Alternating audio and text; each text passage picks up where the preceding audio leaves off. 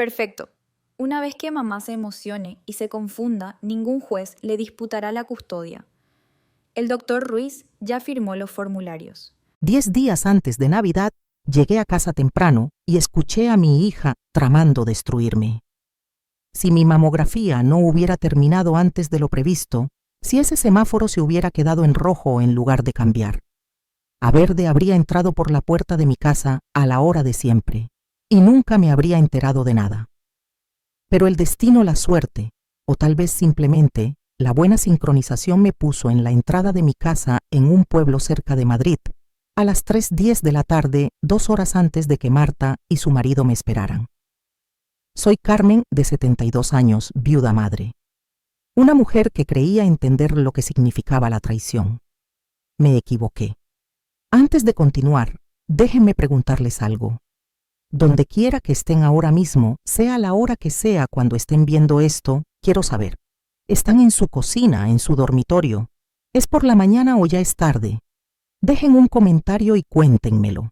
Y si esta historia les llega al alma, por favor denle a me gusta y suscríbanse, porque lo que estoy a punto de compartir es algo que nunca pensé que tendría que decir en voz alta. Pero tal vez alguien más necesita escucharlo. Ahora déjenme contarles lo que pasó aquella tarde de diciembre. Metí el coche en el garaje con suavidad y me quedé sentada un momento sintiendo el conocido dolor en las caderas. 72 años en este cuerpo. 50 de ellos dedicados a cuidar de otras personas, mi difunto marido, mis hijos, mis nietos. Pensé que lo había dado todo. Resulta que todavía querían más. Entré por la puerta que da al lavadero. Siempre es más silencioso que la entrada principal. Y ese día el silencio me salvó la vida. Me quité los zapatos en la alfombrilla la que compré para que Marta no se quejara del polvo que se arrastraba por la casa. Y escuché voces que venían de arriba de mi dormitorio. La voz de Marta se escuchó primero brillante y satisfecha, como si acabara de ganar algo el día de Navidad delante de todos. Es perfecto. Una vez que mamá se ponga emotiva y confusa, ningún juez discutirá la tutela. El doctor Ruiz ya firmó el formulario. Tutela. Mi mano buscó el marco de la puerta. Mi corazón empezó a latir tan fuerte que lo sentía en los oídos, en la garganta, detrás de los ojos. La voz de Antonio vino después, más baja, pero igual de clara. Así que hacemos la pequeña intervención en la cena, leemos la carta del médico, hacemos que el párroco rece por ella para que parezca inestable. Tú lloras un poco, la gente te apoyará, después de eso la audiencia será fácil. Hubo una pausa. Podía oírles moverse por encima de mí, sus pasos cruzando mi techo. Luego Marta, de nuevo más ligera de lo que nunca la había oído. Y una vez que el tribunal diga que es incompetente, la casa es nuestra, las cuentas bancarias, todo. Honestamente, ya era hora. Lleva sola dando tumbos por aquí desde que papá murió. La internaremos en algún lugar seguro y finalmente viviremos como adultos, no como compañeros de piso. La casa es nuestra. Yo había comprado esta casa con mi marido hace 40 años. Criamos a nuestros hijos aquí. Lo cuidé durante su última enfermedad, en ese dormitorio de arriba, el mismo donde mi hija estaba ahora planeando mi humillación. Durante los últimos 2 años había dejado que Marta y Antonio volvieran a vivir conmigo temporalmente después de que Antonio perdiera su trabajo. Sin alquiler, sin gastos de luz, agua o gas. Incluso refinancié la hipoteca una vez para pagar sus deudas de tarjetas de crédito.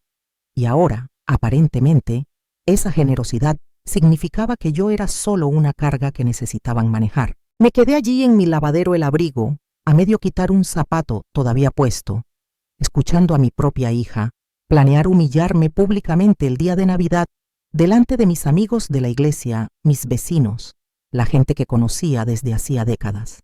Iban a declararme demente y a echarme de mi propia casa. Se movían por el techo encima de mí. El suelo gimió ligeramente, el suelo de mi dormitorio, mi alfombra. Estaban de pie sobre ella ahora mismo, probablemente revisando mis cosas, contando lo que pronto sería suyo. Retrocedí tan silenciosamente como pude. Un paso, 2. Mi mano encontró el pomo de la puerta del garaje. Lo giré lentamente, me deslicé y cerré la puerta detrás de mí, justo antes de que mis rodillas cedieran. Me senté en mi coche con las manos en el volante, mirando la pared de hormigón frente a mí. Durante 30 minutos, tal vez más, no pude pensar con claridad. Mi mente seguía dando vueltas a imágenes que no quería ver. El primer día de colegio de Marta. Yo cosiendo su vestido de fiesta a las 2 de la mañana, firmando el cheque para su carrera de enfermería, entregando mi tarjeta de crédito, cuando estaban atrasados en las facturas. Cada recuerdo se sentía retorcido, ahora envenenado por lo que acababa de escuchar. Finalmente, algo dentro de mí cambió. No el tipo de cambio que se desmorona donde todo se cae a pedazos, sino lo contrario. Un clic como el de un cerrojo encajando. Creían que me estaban atrapando, creían que yo estaba indefensa. Bien, dejémosles pensar eso. No tenían idea de lo que era capaz cuando dejé de fingir que todo estaba bien. No tenían idea de lo que una mujer con experiencia en contabilidad y 40 años de gestión de presupuestos domésticos podía hacer cuando finalmente decidía dejar de ser educada. Esa noche entré en mi propia cocina como si no hubiera escuchado a mi hija planear mi ejecución. Marta estaba en el mostrador picando zanahorias. Antonio estaba sentado en la mesa, navegando por su teléfono. «Mamá, ¿qué tal tu cita?», preguntó Marta, dulce como la miel. «Estuviste fuera horas». «Bien», dije, manteniendo mi voz firme. «El médico dijo que estoy aburridamente sana. ¿No es algo...?» Antonio levantó la vista, sus ojos recorrieron mi cara como si buscara grietas. «Pareces cansada, Carmen», le sonreí. «Solo estoy pensando en la cena de Navidad. Va a ser una noche especial». Él se rió un poco como si no supiera a qué me refería. Tal vez no sabía que yo lo sabía. Esa era mi ventaja. Esa noche no dormí. Me senté en mi pequeño escritorio con un bloc de notas amarillo y hice lo que había hecho toda mi vida adulta como contable. Hice listas, activos, deudas, cronograma, opciones. Los números eran brutales, pero los números no mienten. Les había dejado vivir en mi casa durante 23 meses. El alquiler de mercado en nuestro barrio era de unos 1.800 euros al mes. Eso ascendía a más de 41.000 euros en vivienda gratuita. A eso hay que añadir 6.000 euros para el coche de Antonio 3, 500 euros en pagos de tarjetas de crédito, 1.200 euros para los gastos de colegio privado de su hijo mayor. El total ascendía a poco menos de 52.000 euros. Y ahora iban a pararse en mi comedor el día de Navidad delante de mi párroco y mis amigos y leer una carta falsa, llamándome confusa e insegura. Abrí la pequeña caja fuerte, ignífuga de mi armario, y saqué mi escritura. Solo mi nombre. Hipoteca pagada hace 10 años. Pasé los dedos por el papel sintiendo el sello en relieve. Querían la casa. Entonces la casa tendría que desaparecer. Me recosté en mi silla y miré el calendario en mi pared. 15 de diciembre, 10 días para Navidad. 10 días hasta que planearan humillarme delante de todos los que conocía. Cogí mi bolígrafo y rodeé el 23 de diciembre, 2 días antes de su gran actuación. Susurré en la tranquilidad de mi dormitorio, mi voz firme y fría. Creen que estoy indefensa. No tienen ni idea. A la mañana siguiente, me desperté a las 5:30 como había hecho todos los días desde que mi marido murió. La casa estaba en silencio. Marta y Antonio no se levantarían en al menos otras 3 horas. Hice café y me senté a la mesa de la cocina con el bloc de notas amarillo delante de mí. Los números que había escrito la noche anterior me miraban. 52.000 euros. Pero el dinero era solo una parte de lo que había perdido. Déjenme contarles sobre los 2 años anteriores a aquella mañana de diciembre. Déjenme contarles lo que realmente significaba temporal. Cuando Marta me llamó en enero 2 años antes, su voz estaba tensa por las lágrimas. Antonio había sido despedido. Llevaban 3 meses de retraso en el alquiler. Su casero estaba tramitando los papeles de desahucio. Tenía 2 hijos en los que pensar. Podrían quedarse conmigo un tiempo solo hasta que Antonio encontrara algo nuevo. ¿Qué madre dice que no a eso? Yo tenía 69 años, entonces recién viuda. Mi marido había fallecido hacía 8 meses. La casa se sentía demasiado grande, demasiado silenciosa. Tener a mi hija y su familia allí parecía que podría ayudarnos a ambos. Así que dije que sí. Llegaron un sábado con una furgoneta de mudanzas y promesas. Solo unos meses, mamá. Estaremos fuera de tu pelo para el verano. El verano llegó y se fue. Antonio fue a entrevistas, o eso dijo. La mayoría de las veces se sentaba en mi sofá, viendo la televisión, quejándose de que nadie valoraba sus habilidades. Marta trabajaba a tiempo parcial como enfermera, pero su sueldo parecía desvanecerse en compras online y visitas a centros comerciales. Al principio no me importó. Cocinaba la cena todas las noches. Cuidaba a los nietos después del colegio. Pagaba la factura de la luz cuando llegaba, y la del agua y la del gas, porque pedirles que contribuyeran me parecía incómodo. Estaban pasando apuros. Yo tenía una pensión y algunos ahorros. ¿Qué clase de madre lleva la cuenta? Al final del primer año empecé a notar cosas. Marta dejó de preguntar si podía pedir dinero prestado. Simplemente me decía lo que necesitaba. Mamá, los niños necesitan zapatos nuevos. ¿Puedes cubrirlos? O, mamá, el coche de Antonio necesita neumáticos nuevos. ¿Puedes ponerlo en tu tarjeta de crédito? Cada vez que dudaba, me miraba con esa expresión medio herida, medio molesta. Después de todo lo que hacemos por ti, estamos aquí haciéndote compañía. De lo contrario, estarías sola. Haciéndome compañía como si les hubiera rogado que se mudaran como si yo fuera la que necesitaba ser salvada. Empecé a llevar la cuenta después de eso, no porque sea mezquina, sino porque soy contable. Los números dicen la verdad, incluso cuando la gente miente. Comestibles. Lo pagué todo. Cada litro de leche, cada barra de pan, cada paquete de pollo. Costo promedio por mes, 450 euros. Servicios, electricidad, agua, gas, internet, otros 300 al mes. Equivalente de alquiler 1.800 euros. Gastos varios, ropa para los niños, copagos, en el dentista, regalos de cumpleaños que compraba para las fiestas de sus amigos porque Marta nunca tenía dinero. Otros 200 euros al mes, más o menos, mes tras mes tras mes. Y cada vez que pensaba en decir algo, Marta hacía algo pequeño y amable. Me preparaba té. Me preguntaba cómo había dormido. Me decía que a los niños les encantaba tener a la abuela tan cerca. La manipulación era tan suave que apenas me di cuenta de lo que estaba pasando. Luego estaba mi dignidad. Antonio empezó a hacer pequeños comentarios sobre mi memoria. Carmen, esa historia nos la contaste ayer. O, ya me preguntaste eso esta mañana.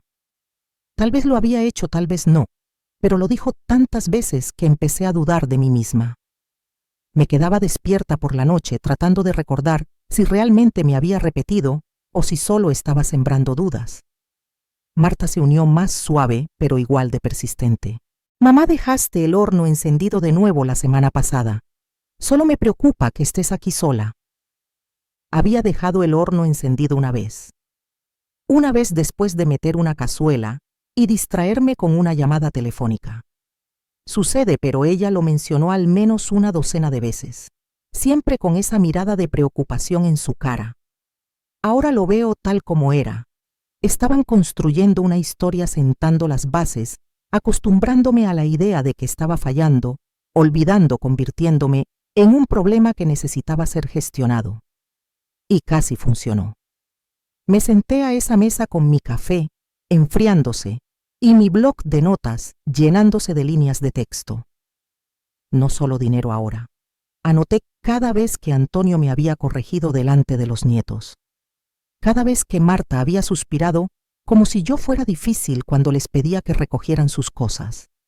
Cada vez que hacían planes para mi casa sin preguntarme. La vez que Antonio invitó a su hermano a quedarse una semana sin mencionármelo primero. La vez que Marta reorganizó mi cocina porque dijo que mi sistema no tenía sentido. La vez que me dijeron que ya no podía ir a mi club de lectura los jueves por la noche porque me necesitaban para cuidar a los niños. Había estado viviendo como una invitada en mi propia casa, andando de puntillas por sus horarios, pidiendo permiso para usar mi propia sala de estar disculpándome cuando quería ver algo que no fueran los partidos deportivos de Antonio en la televisión que pagaba mi pensión. 2 años de mi vida derramados como agua en la arena. ¿Y para qué? Para que pudieran estar en mi dormitorio hace 10 días y planear quitarme todo lo que me quedaba. Pasé a una página nueva en el blog de notas y escribí en mayúsculas en la parte superior Día de Navidad. Debajo escribí lo que sabía. Estaban planeando una intervención, una escena pública, una actuación diseñada para hacerme parecer inestable delante de testigos, el párroco, los vecinos, mis amigos de la iglesia. Todos reunidos alrededor de mi mesa de comedor, viendo a Marta llorar por su pobre y confusa madre mientras Antonio leía una carta de un médico que nunca había visto. Y después de eso un juzgado, una audiencia de tutela, papeles legales que me quitarían el derecho a tomar mis propias decisiones, a gastar mi propio dinero, a vivir en mi propia casa. Esto no era por preocupación. Esto no era por amor. Esto era una emboscada diseñada para borrarme. Me recosté y miré todo lo que había escrito. 52.000 euros, 23 meses, innumerables pequeñas humillaciones, toda una vida de sacrificio retorcida en un arma que planeaban usar contra mí. Mi mano temblaba mientras cogía mi bolígrafo una vez más. Al pie de la página escribí: si quieren arruinarme en Navidad, entonces la Navidad es donde todo cambia. Lo subrayé 2 veces.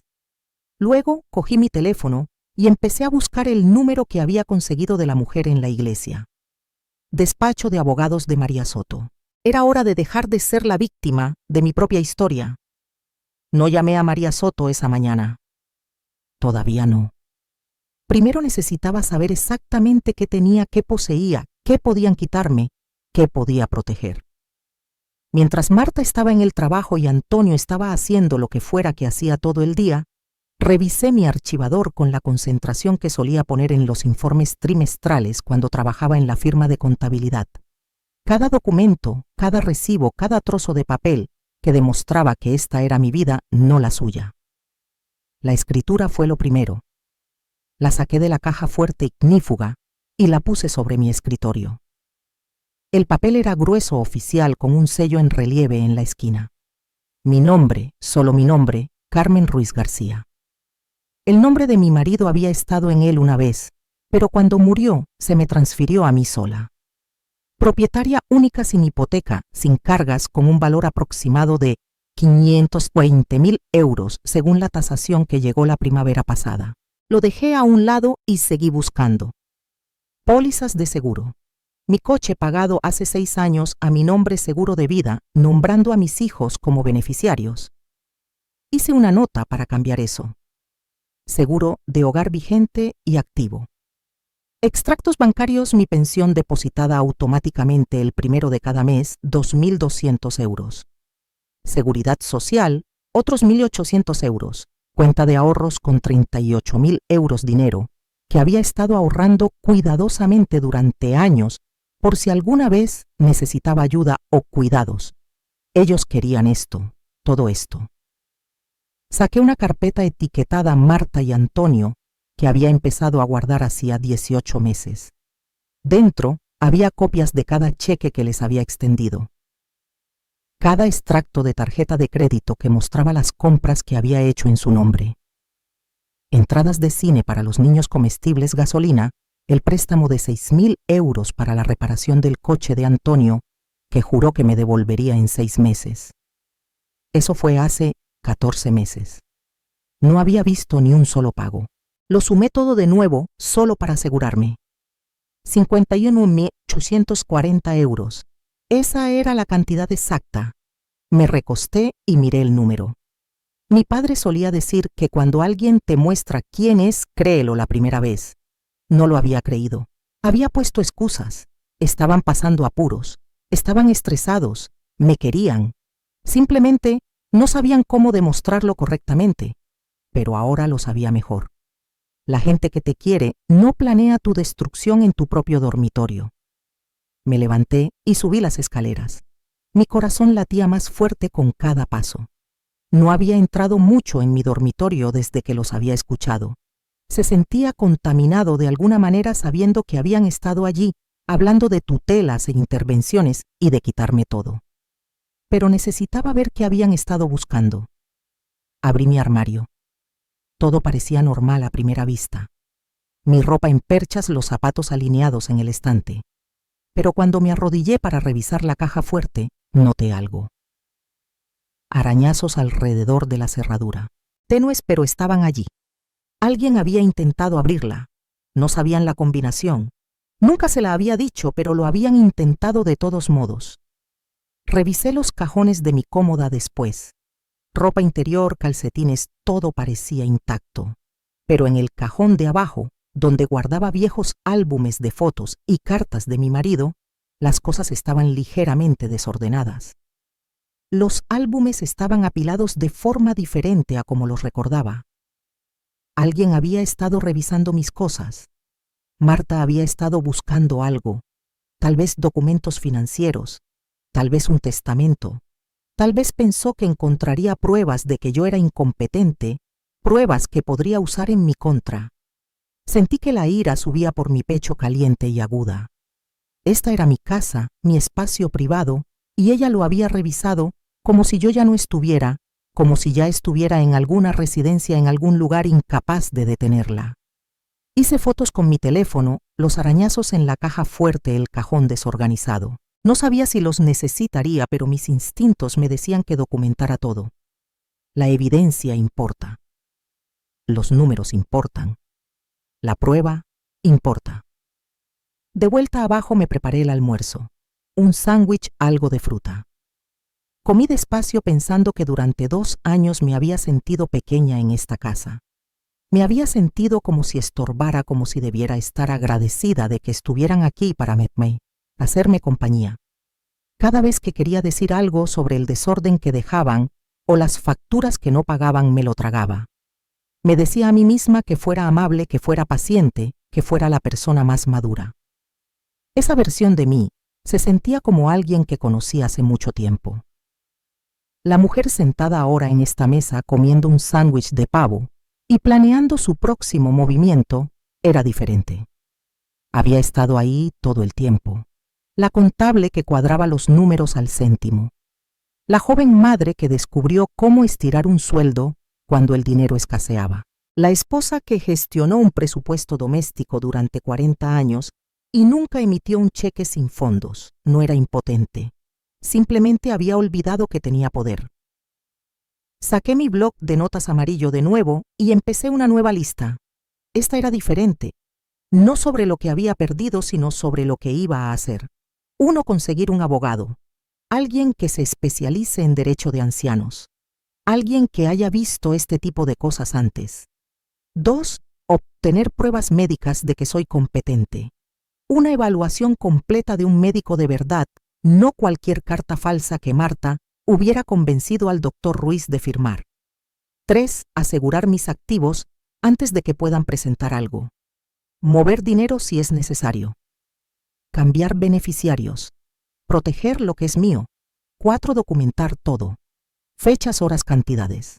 Construir un caso tan claro que ningún juez se pondría de su lado. 5. Desaparecer la casa. Si no pueden tomarla, no pueden ganar. Esto último hizo que mi mano temblara un poco al escribirlo. Vender mi casa. El lugar donde había criado a mis hijos, donde había muerto mi marido, donde 40 años de recuerdos vivían en cada habitación. Pero los recuerdos son solo fantasmas. No pueden mantenerte caliente. No pueden protegerte de la gente que te ve como un mero obstáculo. Miré el calendario colgado en la pared de mi cocina. 15 de diciembre, 10 días para Navidad. 10 días hasta que planearan humillarme. Cogí un bolígrafo rojo y rodeé el 23 de diciembre, 2 días antes de su actuación. 2 días para asegurarme de que todo lo que poseía estuviera fuera de su alcance. Si me movía lo suficientemente rápido, si era lo suficientemente inteligente, podría desbaratar todo su plan antes de que ellos supieran lo que estaba pasando. Alargué la mano para coger mi teléfono y marqué el número que había encontrado la noche anterior. Despacho de abogados de María Soto, una voz tranquila respondió. Sí, dije, y mi voz no tembló. Mi nombre es Carmen Ruiz, y necesito hablar con alguien sobre cómo protegerme de mi propia hija. Hubo una breve pausa, luego suavemente. ¿Puede venir esta tarde? Oh, sí, dije. Puedo estar allí en 1 hora. Cogí mi bolso y mi carpeta de documentos y me dirigí a mi coche. Por primera vez en 2 años, no estaba pidiendo permiso. Estaba recuperando mi vida. El despacho de abogados de María Soto se encontraba en un modesto edificio de ladrillo en el centro de Granada, entre una cafetería y un servicio de preparación de impuestos. Aparqué en la calle y me quedé un momento en mi coche apretando la carpeta de documentos contra mi pecho. Esto era real ahora. Estaba a punto de decirle a una completa desconocida que mi propia hija estaba intentando robarme la vida. La vergüenza amenazaba con hacerme retroceder. ¿Qué pensaría esta abogada de mí? ¿Qué clase de madre cría a una hija que haría algo así? Pero entonces recordé la voz de Marta flotando desde mi dormitorio. Una vez que el tribunal diga que es incompetente, la casa es nuestra. Salí del coche. El vestíbulo era pequeño y limpio, paredes grises suaves, unas pocas sillas, un escritorio donde una joven con ojos amables me saludó. Señora Ruiz, la señorita Soto está lista para usted, por aquí. Me condujo por un corto pasillo a un despacho con una ventana que daba a la calle. Detrás de un escritorio se sentaba una mujer de unos 50 años, con el pelo negro recogido, unos ojos oscuros y penetrantes, que parecían captarlo todo de mí en 3 segundos. Se levantó y me ofreció la mano. Señora Ruiz, soy María Soto. Por favor, siéntese. Su apretón de manos fue firme, profesional. Me senté en la silla frente a su escritorio y coloqué mi carpeta en mi regazo. Gracias por atenderme tan rápido, dije. Por supuesto. Se recostó en su silla y cruzó las manos sobre el escritorio. Por teléfono mencionó que necesita protección de su hija. ¿Puede decirme qué está pasando? Tomé aire y le conté todo. Le conté que había vuelto a casa temprano hace 10 días, que había estado en mi lavadero escuchando a Marta y Antonio planear mi humillación sobre la falsa carta del médico, la actuación en la cena de Navidad, la petición de tutela que estaban preparando. Le conté sobre los 2 años viviendo en mi casa, sin pagar alquiler, los 51.000 euros que había rastreado, la forma en que me habían hecho dudar lentamente de mi propia memoria y competencia. María no me interrumpió. Tomó notas en un bloc de notas amarillo, su bolígrafo, moviéndose con firmeza sobre el papel.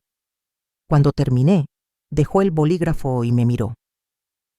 Señora Ruiz, dijo lentamente, lo que su hija está planeando se llama abuso financiero a personas mayores. Es más común de lo que la mayoría de la gente cree y sigue un patrón muy predecible. ¿Un patrón?, pregunté. Ella asintió. Primero aíslan a la víctima, la hacen depender de ellos o hacen que parezca que lo es. Se mudaron a su casa, lo que los pone en una posición de control. Usted empieza a sentirse como una invitada en su propia casa. Sentí que se me cerraba la garganta. Así era exactamente como me sentía. Entonces continuó María. Empiezan a socavar su confianza pequeños comentarios sobre su memoria expresando preocupación por su seguridad, haciéndole dudar de sí misma. Todo ello crea una narrativa de que usted está deteriorándose, que necesita ayuda.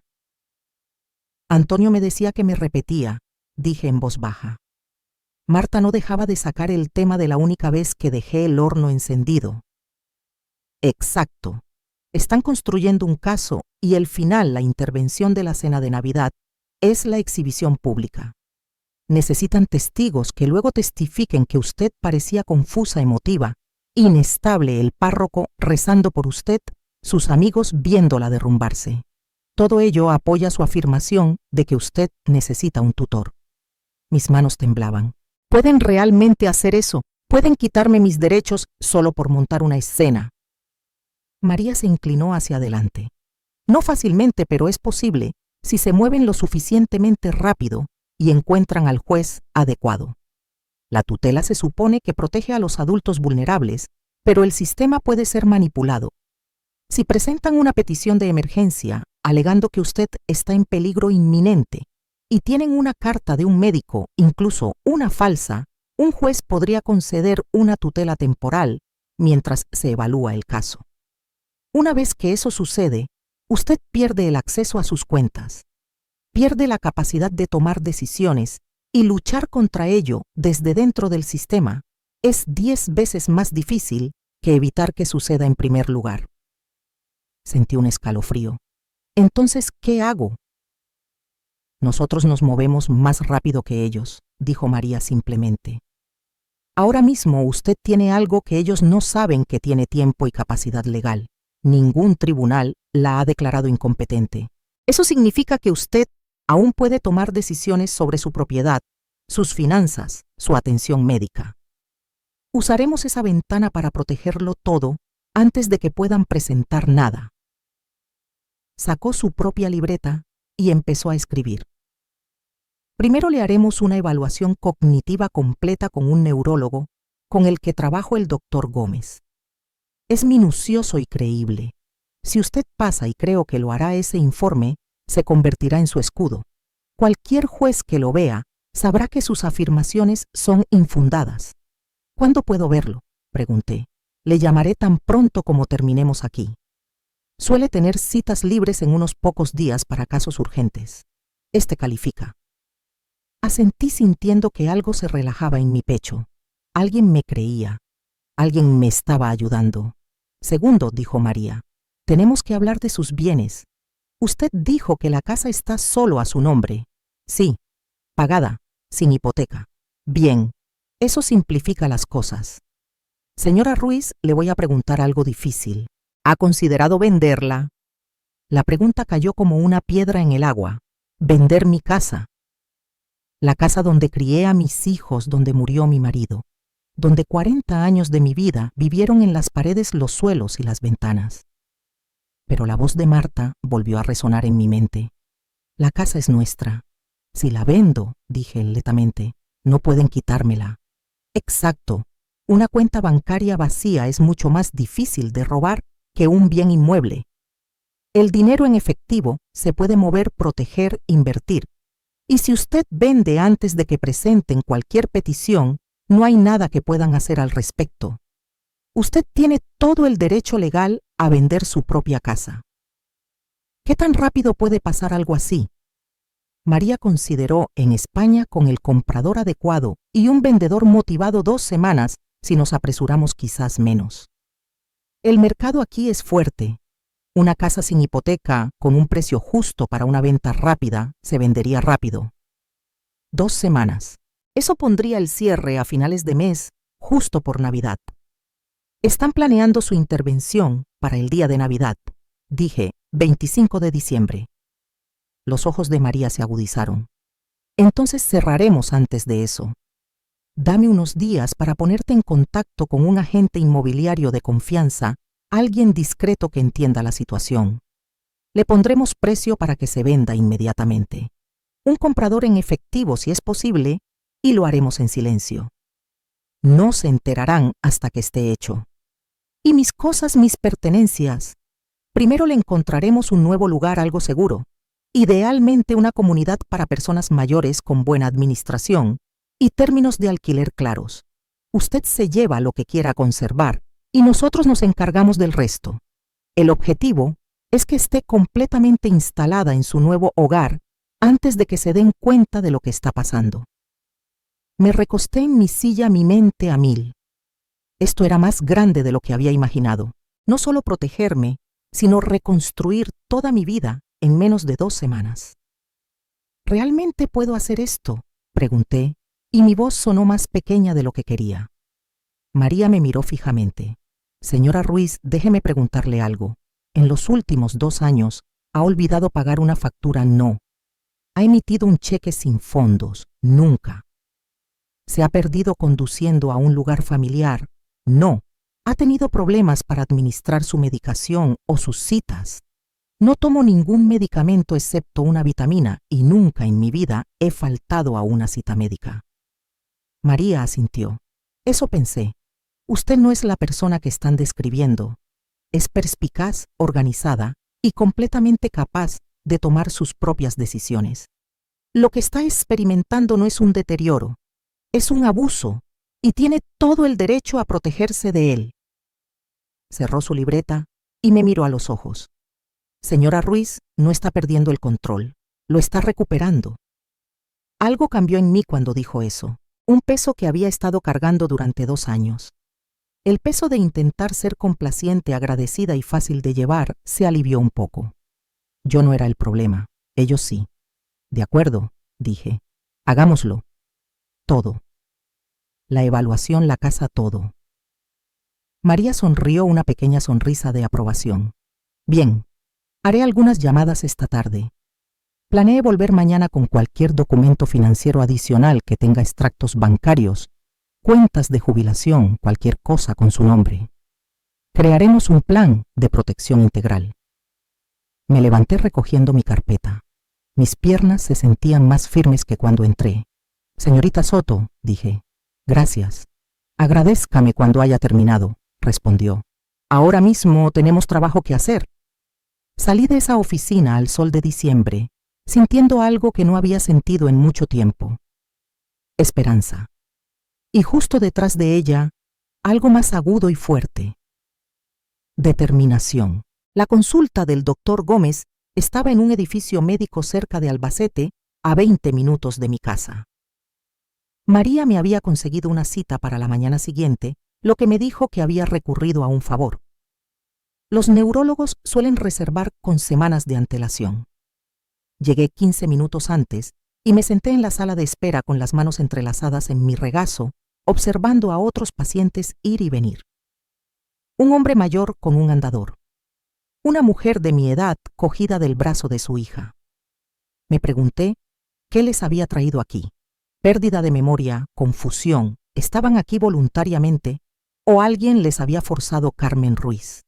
Una enfermera pronunció mi nombre. La seguí hasta una sala de examen donde me tomó las constantes vitales y me hizo preguntas básicas. Fecha de nacimiento. Medicamentos actuales, antecedentes de traumatismos craneales o derrames cerebrales. Ninguno, dije. Estoy aquí porque necesito documentación de que soy mentalmente competente. No reaccionó, solo hizo una nota en su historial. Supuse que había oído peticiones más extrañas. El doctor Gómez entró unos minutos después. Era más joven de lo que esperaba, quizás 40 años, con gafas y una forma de hablar tranquila y mesurada. Señora Ruiz, entiendo que la señorita Soto la remitió. Me explicó la situación general. Usted se enfrenta a un posible desafío de tutela y necesita una evaluación cognitiva exhaustiva. Sí, dije. Mi hija planea afirmar que soy incompetente. Necesito pruebas de que no lo soy. Él asintió acercando un taburete. Entonces establezcamos una base. Le voy a hacer una serie de pruebas. Algunas le resultarán fáciles, otras quizás tontas. Simplemente responda con honestidad y dé lo mejor de sí. No hay preguntas con trampa. Durante la siguiente hora me sometió a todo. Me pidió que recordara listas de palabras y luego las recordara 5 minutos después. Manzana, mesa, céntimo, flor, río. Acerté las 5. Me hizo dibujar un reloj marcando las 10 y 11 minutos. Dibujé el círculo, coloqué los números, posicioné las manecillas correctamente. Me pidió que contara hacia atrás desde 100 de 7, en 7, 100, 93, 86, 79. Seguí hasta que me dijo que parara. Me mostró fotos de objetos y me pidió que los nombrara. Tijeras, cactus, hamaca, acordeón. Sin dudar me puso a prueba mi capacidad para seguir instrucciones complejas. Tome este papel con la mano derecha, dóblelo por la mitad y póngalo en el suelo. Hice exactamente eso. Me hizo preguntas sobre actualidad. ¿Quién es el presidente? ¿Qué año es? ¿En qué estación estamos? Todas las respuestas llegaron fácilmente. Mi mente se sentía aguda, concentrada. En todo caso, estaba más alerta de lo normal porque sabía lo que se jugaba en esto. Después de las pruebas formales, el doctor Gómez se recostó y me estudió. Señora Ruiz, también le voy a hacer algunas preguntas personales. Pueden parecer intrusivas, pero me ayudan a entender su funcionamiento general. ¿Gestiona usted sus propias finanzas? Sí, llevo más de 50 años haciéndolo. Llevaba el presupuesto de mi hogar, pagaba facturas, gestionaba inversiones con mi difunto marido. Sigo haciendo todo eso ahora. ¿Prepara usted sus propias comidas todos los días? ¿Conduce? Sí, tengo un historial de conducción limpio. ¿Algún problema con las tareas diarias, vestirse, bañarse, recordar citas? Ninguno en absoluto. Tomó notas, luego me miró. ¿Puede decirme por qué su hija cree que es incompetente? Tomé aire. Porque quiere mi casa y mi dinero, y alegar que soy incompetente es la vía legal más fácil para quitármelos. Su expresión no cambió, pero vi algo parpadear en sus ojos. Comprensión, quizás, o tristeza. ¿Ha experimentado algún problema de memoria, confusión, dificultad con tareas familiares? Dejé el horno encendido una vez después de distraerme con una llamada telefónica. Ocurrió una vez. Mi hija lo ha mencionado al menos 20 veces desde entonces. También afirma que me repito, pero no creo que lo haga.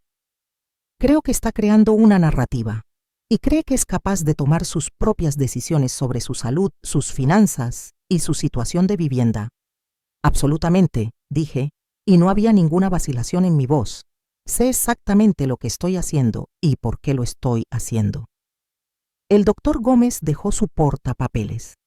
Señora Ruiz, basándome en todo lo que he visto hoy, usted está funcionando a un nivel cognitivo normal o superior para su edad. Su memoria es excelente, su razonamiento es claro, su juicio es sólido. No veo ninguna evidencia de demencia, confusión o deterioro de ningún tipo. Tendré un informe escrito completo listo para mañana por la tarde, pero puedo decirle ahora mismo que cualquiera que afirme que usted es incompetente tendría muy difícil apoyar esa afirmación en los tribunales. El alivio me invadió tan fuerte que sentí lágrimas en los ojos. Gracias. De nada. Y señora Ruiz, veo casos como el suyo más a menudo de lo que me gustaría. Hijos adultos que confunden la preocupación con el control. Está haciendo lo correcto al protegerse.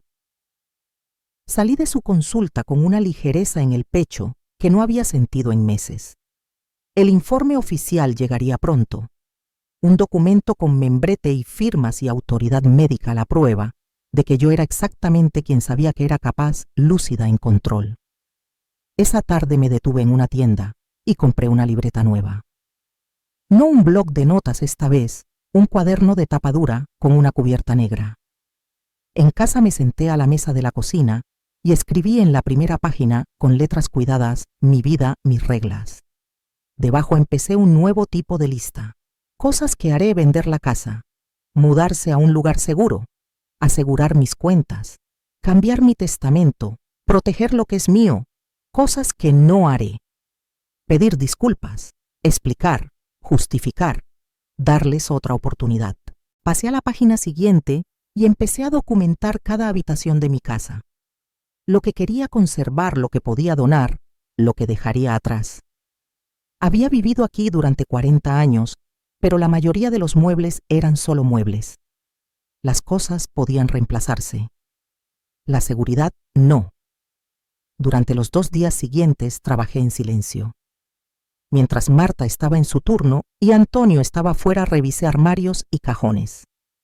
Empaqué una caja de álbumes de fotos, mi vajilla de boda, el reloj de mi marido, una colcha que había hecho mi madre, las cosas que importaban. Todo lo demás era negociable. María llamó al tercer día. Tengo un agente inmobiliario. Su nombre es Elena Díaz. Se especializa en ventas rápidas y es muy discreta.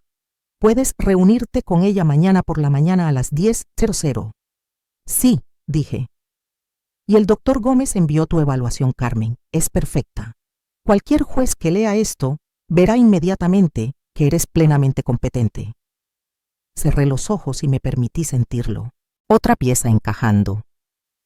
Esa noche me senté en mi dormitorio con el informe del neurólogo en mi regazo, con membrete oficial, lenguaje claro, función cognitiva dentro de los límites normales, sin evidencia de deterioro.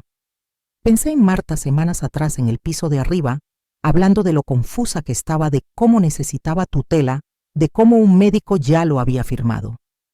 Susurré en la habitación tranquila, mi voz firme y fría. Querían declararme incompetente. Probemos esa teoría. Elena Díaz llegó a mi casa exactamente a las 10:00 de la mañana siguiente. Me aseguré de que Marta estuviera en el trabajo y de que Antonio se hubiera marchado 1 hora antes, afirmando que tenía una entrevista de trabajo. No le creí, pero agradecí la casa vacía. Elena tenía unos 40 años, profesional pero amable, llevaba una cartera de cuero y una cinta métrica. Me dio la mano en la puerta y fue directamente al grano. Señora Ruiz María, me explicó su situación. Quiero que sepa que todo lo que hagamos aquí es confidencial. No discutiré esta venta con nadie excepto con usted y la empresa de títulos de propiedad. Y vamos a movernos rápido. ¿Qué tan rápido?, pregunté conduciéndola al interior. Si le ponemos el precio adecuado y encontramos un comprador en efectivo, podemos cerrar en 10 días, quizás menos. 10 días. Eso sería el 23 de diciembre, 2 días antes de Navidad, 2 días antes de que Marta planeara destruirme. Elena recorrió cada habitación tomando notas y medidas. Fotografió la cocina, el salón, los dormitorios. Revisó el tejado desde el exterior, examinó el garaje, miró el paisajismo. Todo el tiempo sentía que mi corazón latía demasiado rápido, temiendo que Antonio volviera a casa temprano, que Marta olvidara algo y se diera la vuelta, que un vecino viera el coche del agente inmobiliario y lo mencionara, pero nadie vino. Después de 1 hora, Elena se sentó conmigo a la mesa de mi cocina y me mostró comparables casas similares a la mía que se habían vendido recientemente en el barrio. Los números oscilaban entre 490.000 y 540.000. Si la ponemos a 490.000 y dejamos claro que está motivada, tendremos ofertas en 48 horas. Dijo que los compradores en efectivo buscan exactamente esto: propiedad pagada, buen estado propietario, dispuesto a mudarse rápidamente. Es perfecta para inversores. 495.000 euros. Menos del valor tasado, pero no me importaba. No se trataba de conseguir hasta el último euro. Se trataba de la supervivencia. Hágalo, dije. Elena asintió y sacó el papeleo: contrato de listado, formularios de divulgación, autorización para mostrar la propiedad. Firmé todo con una mano que temblaba ligeramente.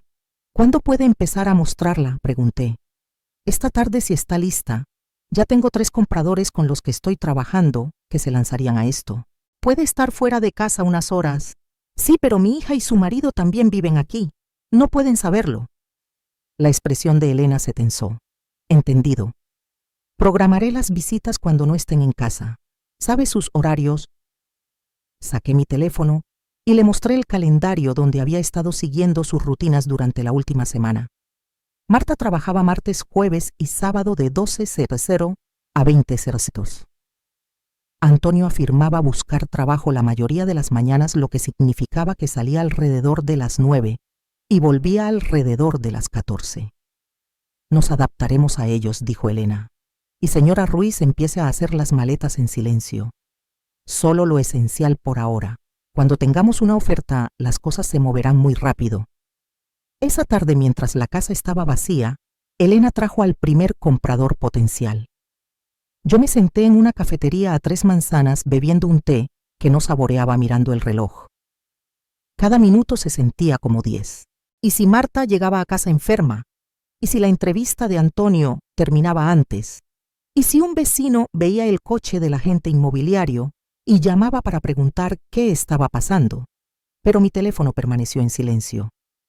Elena me envió un mensaje de texto 1 hora después. Comprador muy interesado. Espere oferta esta noche. Conduje a casa y encontré todo exactamente como lo había dejado. Nadie había notado nada. Esa noche Marta preparó la cena. Espaguetis, pan de ajo, ensalada. Nos sentamos a la mesa como una familia normal. Antonio habló de su entrevista. Marta se quejó de un paciente difícil en el trabajo. Asentí y hice ruidos apropiados, mientras por dentro seguía pensando: un extraño caminó por esta cocina hace 6 horas. Un extraño que podría comprar esta casa sin que os dierais cuenta. Mis manos temblaban mientras levantaba el tenedor. Las escondí bajo la mesa. La oferta llegó a las 9:30 de la noche. Elena llamó mientras yo estaba en mi dormitorio con la puerta cerrada. Oferta en efectivo de 480,000. Cierre en 12 días. 23 de diciembre. Renunciarán a la inspección si acepta vender tal como está. 480,000 euros. 20,000 euros menos de lo pedido, pero todo en efectivo sin contingencias y con una fecha de cierre que caía exactamente donde yo la necesitaba. La acepto, dije. Enviaré el papeleo esta noche firme y devuelva para mañana por la mañana y estaremos bajo contrato. Colgué y me senté en la cama mirando la pared. Mi casa, la casa donde había vivido durante 40 años, donde había criado a mis hijos y enterrado las cenizas de mi marido en el jardín, donde cada habitación guardaba un recuerdo. Y en 12 días pertenecería a otra persona. Pero Marta nunca la tendría, y eso valía cada recuerdo que dejaba atrás. Durante la siguiente semana y media viví 2 vidas. Durante el día era la misma anciana confusa que Marta esperaba que fuera. Preguntaba qué día era. Extraviaba mis gafas de lectura a propósito. Dejaba que Antonio me corrigiera cuando contaba una historia, aunque sabía que tenía los detalles correctos. Hice mi papel a la perfección, pero cuando ellos se iban yo trabajaba. Empaqué cajas y las escondí en el garaje detrás de viejos equipos de jardinería, álbumes de fotos, documentos importantes, las joyas de mi madre, las medallas militares de mi marido, ropa que necesitaría, artículos de cocina que no podía reemplazar. Todo cabía en 12 cajas medianas que etiqueté como donaciones, así que si alguien las veía, no harían preguntas. María me encontró un apartamento en una comunidad para personas mayores a 15 minutos de distancia. Un dormitorio, un baño pequeña, cocina, lavadora y secadora en la unidad. El contrato de arrendamiento comenzaba el 20 de diciembre. Firmé el papeleo en la oficina de María y extendí un cheque por el alquiler del primer y último mes. Mi nuevo hogar, un lugar que Marta no conocía, no podía encontrar, no podía quitarme. La empresa de títulos de propiedad llamó con preguntas. Los compradores querían adelantar el cierre un día al 22 de diciembre. ¿Podría adaptarme? Sí, dije inmediatamente. Cuanto antes mejor.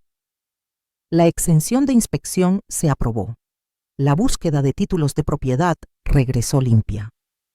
Los compradores transfirieron su dinero de a ras. Cada pieza encajaba como una máquina que yo había construido con mis propias manos. Pero mi cuerpo conocía la verdad de lo que estaba haciendo. Dejé de dormir más de 3 o 4 horas por noche. Me quedaba en la cama, escuchando a Marta y Antonio moverse por la casa, escuchando sus voces a través de las paredes, preguntándome si sospechaban algo. Mi apetito desapareció. La comida sabía a cartón. Perdí 2 kilos en 8 días. Mis manos temblaban constantemente ahora.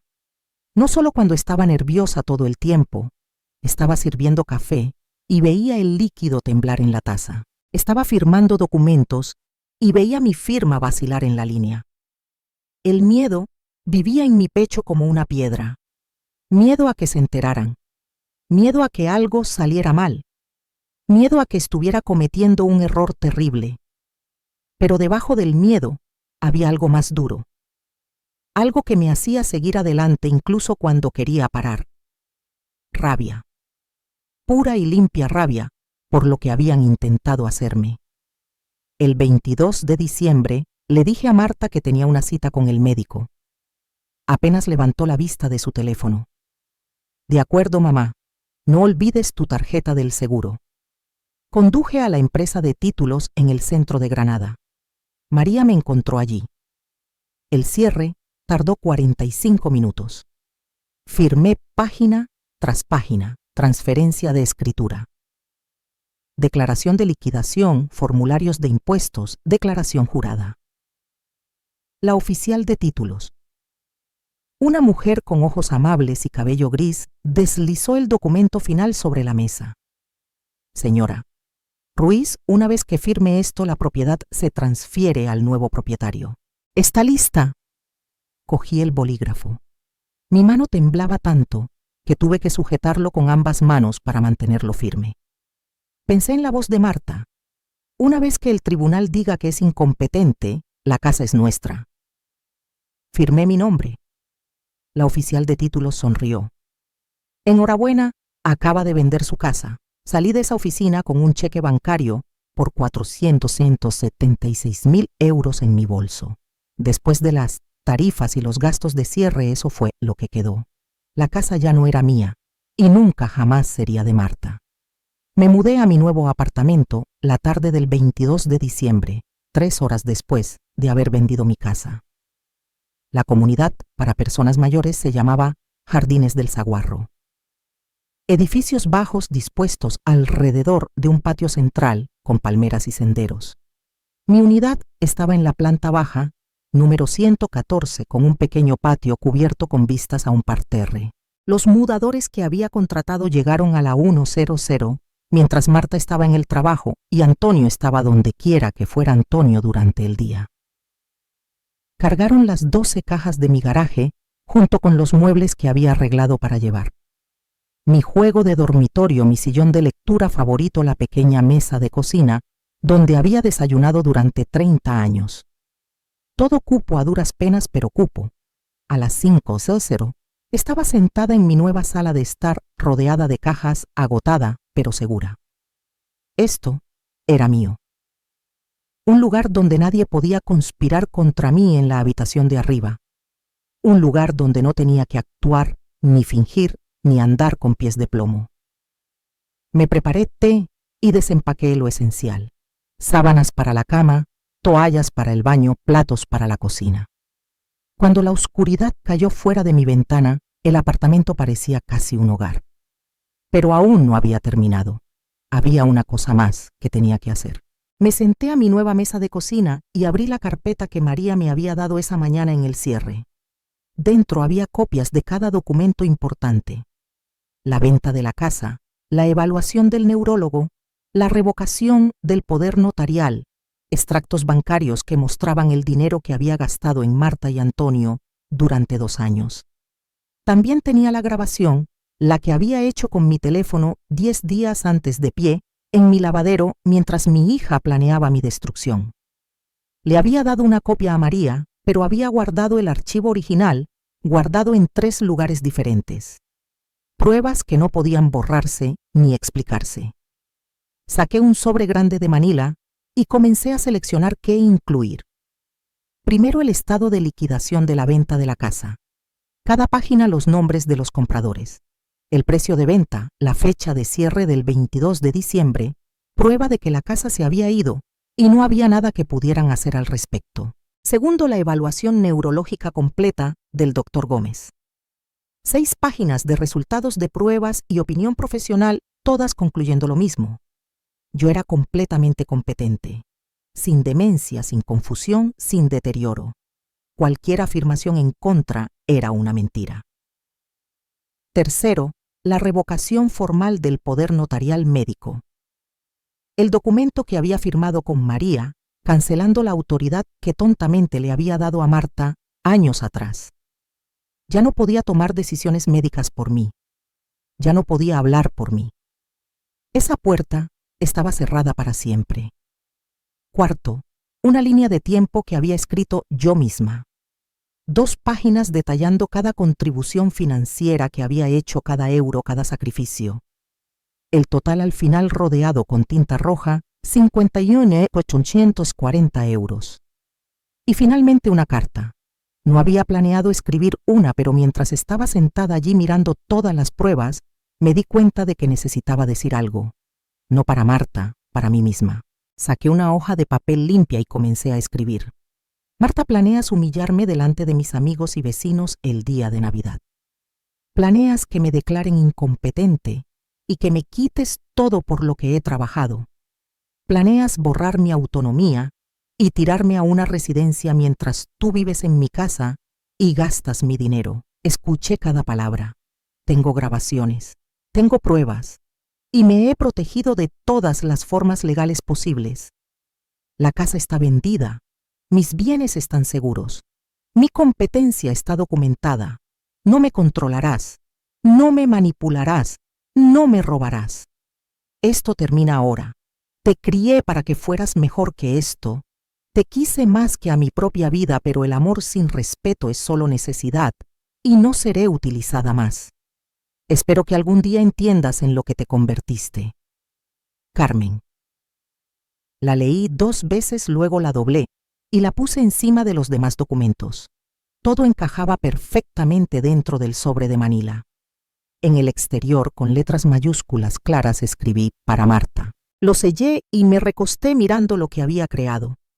No solo un sobre, una bomba. Una verdad que destruiría cada plan que habían hecho.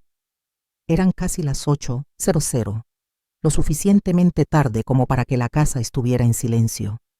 Lo suficientemente temprano como para que no estuvieran dormidos todavía. Volví a mi antiguo barrio con el corazón latiéndome más fuerte con cada kilómetro. La calle se veía igual que siempre. Luces de Navidad en algunas casas, coches en los caminos de entrada, todo normal. Pero ya nada era normal. Aparqué 2 casas más abajo y apagué los faros. A través de la ventana delantera podía ver el resplandor de la televisión. Estaban en casa, probablemente en el sofá, probablemente planeando su gran actuación de la cena de Navidad a solo 3 días. No tenían idea de que todo su mundo estaba a punto de colapsar. Cogí mi llave y caminé en silencio hacia la puerta lateral, la que conducía al lavadero. Mis manos temblaban tanto que casi se me cae el sobre. Me apoyé en el marco de la puerta y escuché.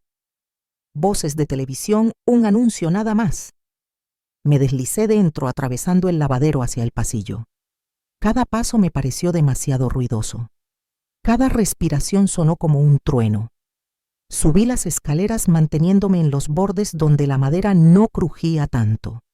La puerta de mi dormitorio estaba entreabierta. Entré y me acerqué a la cómoda. Cajón superior, exactamente donde le dije que estaría. Coloqué el sobre dentro, centrándolo con cuidado para que no se lo perdiera.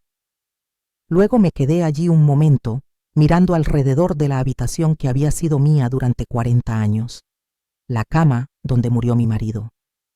El armario donde había guardado mi vestido de novia hasta que finalmente lo doné. La ventana que daba al patio trasero donde solían jugar mis hijos. Tantos recuerdos, tanta vida, y ahora pertenecía a extraños. Pero era mejor así. Los extraños no podían traicionarte. Los extraños no podían sonreírte a la cara mientras planeaban destruirte. Sentí que la pena subía por mi pecho, aguda y repentina. No por la casa, por mi hija, por la niña que había criado y que se había convertido en alguien a quien no reconocía, a alguien que veía a su propia madre como un mero obstáculo que superar.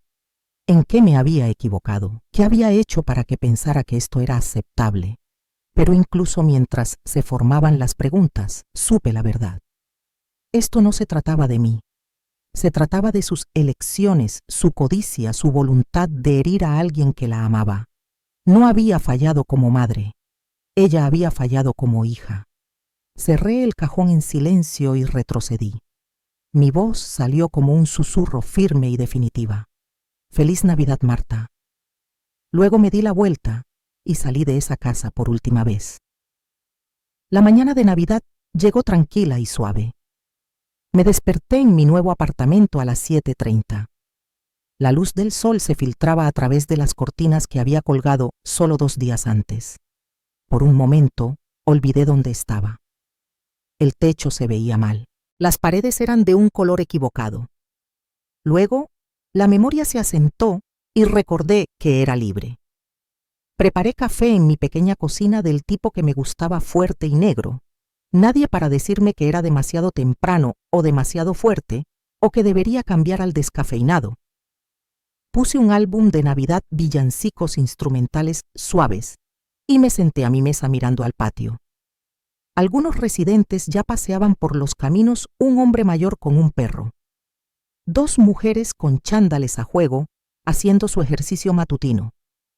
Gente normal, viviendo vidas normales. Yo era una de ellas ahora. Comí tostadas con mantequilla y mermelada. Regué la pequeña poinsettia que me había comprado. No encendí la televisión. No necesitaba el ruido. El silencio era suficiente. Mi teléfono estaba en el mostrador en silencio. Sabía que no seguiría así. La primera llamada llegó a las 11:47. Vi el nombre de Marta iluminar la pantalla. Dejé que pasara al buzón de voz. No dejó mensaje. 10 segundos después, volvió a sonar. Cogí mi café y tomé un sorbo viendo su nombre parpadear una y otra vez. Estaba en pánico. Bien. A la tercera llamada respondí. Hola, Marta. Mamá. Su voz era brillante pero tensa como un cable demasiado estirado. ¿Dónde estás? Todo el mundo está aquí. El párroco acaba de llegar. Los Hernández están en el salón. La tía Carmen trajo sus famosos rollos. Todos te estamos esperando para que reces antes de cenar. Llegas tarde. Tomé otro sorbo de café. Lento y deliberado. Ay, cariño, dije, y la palabra me supo a metal en la boca. Estoy exactamente donde necesito estar. Silencio. Luego, su voz volvió más aguda. ¿Qué significa eso? Se supone que tienes que estar aquí. No puedes simplemente olvidarte de la cena de Navidad. Todo el mundo pregunta, ¿dónde estás? No me olvidé, dije con calma. Sube las escaleras. ¿Qué? Ve a mi dormitorio, cajón superior de la cómoda. Hay un sobre con tu nombre. Ábrelo mientras hablamos. Mamá, ¿de qué hablas? No tengo tiempo para esto. La gente está esperando y el pavo casi está listo. Ahora, Marta. Mi voz cortó sus excusas como una cuchilla. Debió haber algo en mi tono. Algo que nunca había oído antes porque se calló. Oí movimiento, su respiración rápida y superficial. Pasos en el suelo de madera luego amortiguados al llegar a la alfombra, voces de fondo, alguien riendo, el tintineo de copas. Toda esa gente abajo esperando el espectáculo que Marta había planeado, esperando ver a su pobre y confusa madre derrumbarse para poder asentir con simpatía cuando se presentaran los papeles de la tutela. Una puerta se abrió. Pasos por mi antiguo dormitorio. El cajón se deslizó. ¡Ay! Hay un sobre aquí. Sí, dije. Ábrelo. Oí papel rompiéndose, luego silencio. 5 segundos. 15. Cuando volvió a hablar su voz, era más pequeña, confusa.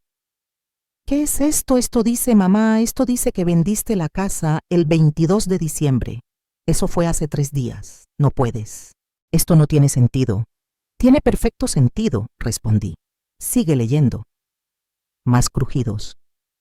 Pude imaginar sus manos temblando mientras sacaba página tras página el estado de liquidación, el informe del neurólogo, la revocación del poder notarial. Vendiste nuestra casa. Su voz se elevaba ahora, el pánico reemplazaba la confusión. La vendiste sin decirnos nada. ¿Dónde se supone que vamos a vivir? ¿Qué se supone que vamos a hacer? Tu casa. Dejé la pregunta en el aire. Marta, esa casa nunca fue tuya. Era mía. Mi nombre en la escritura. Mis pagos de hipoteca durante 30 años, mi hogar. Y sí la vendí porque te oí planear quitármela. Eso no es... No estábamos intentando. Mamá, estás confundida. No entiendes. Lo entiendo perfectamente, la interrumpí.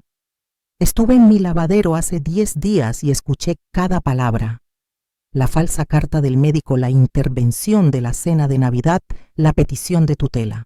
Os oí a ti y a Antonio planear humillarme delante de todos los que están ahora mismo abajo para que pudierais declararme incompetente y robarme todo por lo que he trabajado.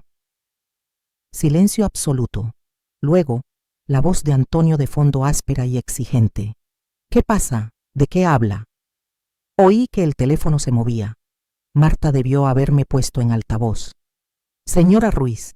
La voz de Antonio se escuchaba ahora intentando sonar razonable, pero con un matiz. Creo que ha habido un malentendido. Solo estábamos preocupados por usted. Ha estado olvidando cosas, actuando de forma extraña. Pensamos que podría necesitar ayuda para administrar sus asuntos. ¿A eso lo llamas?, pregunté.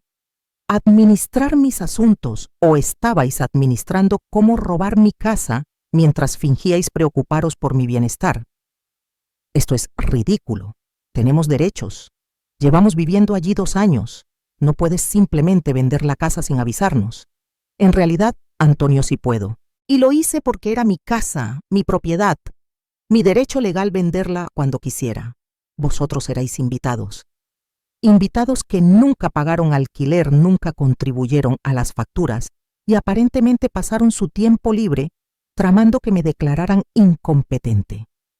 La voz de Marta volvió desesperada ahora. Mamá, ya presentamos algo de papeleo. Hablamos con un abogado. Esto no cambia nada. Que vendas la casa así solo demuestra que no estás pensando con claridad. Todavía podemos... No, Marta, no puedes. Dejé mi taza de café y hablé claramente cada palabra deliberada. En ese sobre encontrarás una evaluación neurológica completa del Dr. Gómez, 6 páginas documentando que estoy en perfecta salud mental. También encontrarás la revocación del poder notarial que tontamente te di hace años. Ya no tienes ninguna autoridad legal sobre mi atención médica o mis finanzas. Y encontrarás una línea de tiempo de cada euro que gasté en ti durante los últimos 2 años. 5.840 euros. Todo documentado, toda la prueba de que soy la víctima, aquí no tú. No puedes hacer esto, dijo Antonio, su voz endureciéndose. Lucharemos. Le diremos al juez que fuiste manipulada, que tu abogada se aprovechó de ti. Haremos que todo se revierta. ¿Con qué pruebas, Antonio? La falsa carta del doctor Ruiz, que nunca me examinó, mucha suerte, explicando eso a un juez.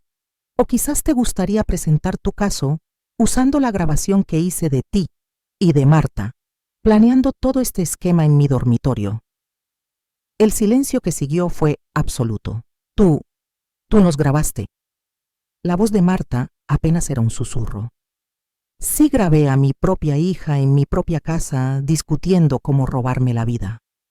España es un estado de consentimiento de una sola parte, lo que significa que esas grabaciones son completamente legales. María tiene copias.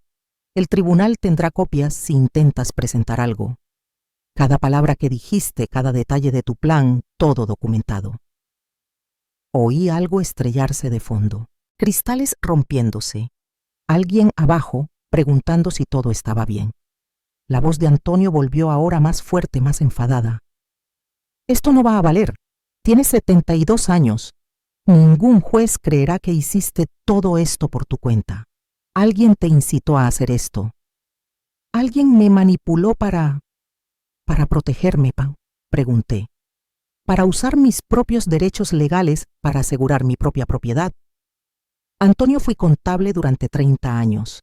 Administré las finanzas del hogar, inversiones y declaraciones de impuestos. No soy una anciana confundida. Soy alguien que finalmente se dio cuenta de lo que estabais haciendo. Marta emitió un sonido entre un sollozo y un jadeo. Mamá, por favor, no queríamos. Solo estábamos preocupados por ti. Has estado actuando de forma extraña, pensamos. Pensaste que sería fácil de controlar, terminé. Pensaste que podías fabricar una crisis el día de Navidad, humillarme delante de mis amigos y declararme incompetente antes de que supiera lo que estaba pasando. Te equivocaste. Más voces abajo ahora. El párroco preguntando si Marta bajaba. Alguien mencionando que la cena se estaba enfriando. Necesitas enviar a tus invitados a casa, dije en voz baja. Diles que estoy enferma. Diles la historia que te haga quedar bien, pero nunca más intentes quitarme la vida mientras me sonríes a la cara. ¿A dónde se supone que vamos a ir? La voz de Marta se quebró. Contábamos con esta casa. Tenemos hijos, no tenemos dónde. Ambos tenéis 30 y tantos años y títulos universitarios. Tenéis piernas que funcionan y cerebros que funcionan. Lo resolveréis. Yo lo hice a los 21 años con un bebé y sin ayuda de nadie. Mamá, no. Marta, esa fue tu última oportunidad. En el momento en que decidiste que yo era un obstáculo en lugar de una persona, en el momento en que elegiste la codicia en lugar del respeto, hiciste tu elección. Ahora vive con ella. Mi mano estaba firme mientras movía mi pulgar hacia el botón de colgar. No debiste intentar arruinarme. Colgué y bloqueé su número antes de que pudiera cambiar de opinión.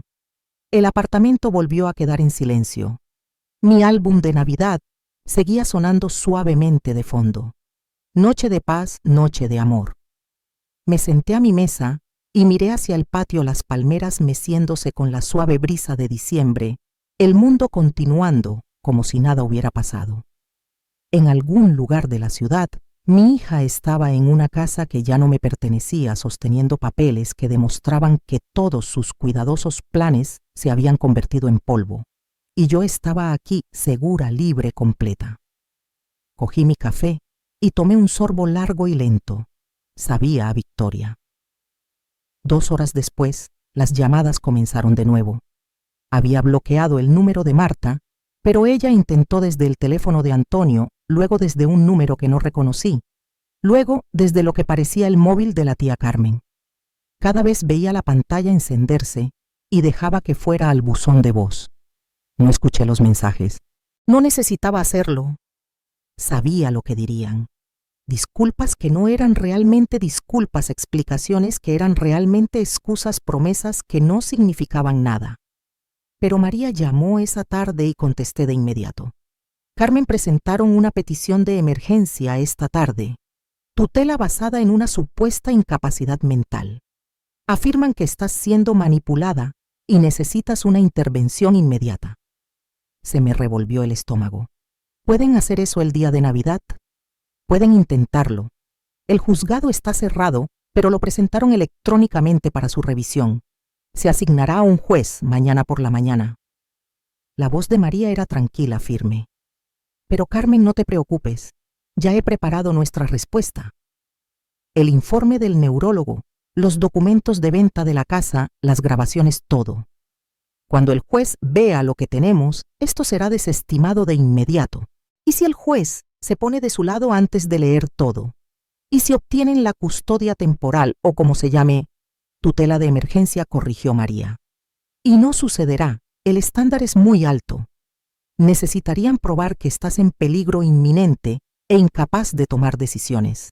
Tenemos pruebas médicas de que eres completamente competente.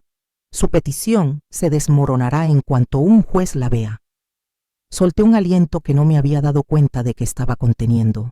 De acuerdo. ¿Qué tengo que hacer? Nada, yo me encargo. Quédate donde estás, mantente a salvo y déjame a mí con ellos. Tenía razón. A la mañana siguiente, María llamó con una actualización.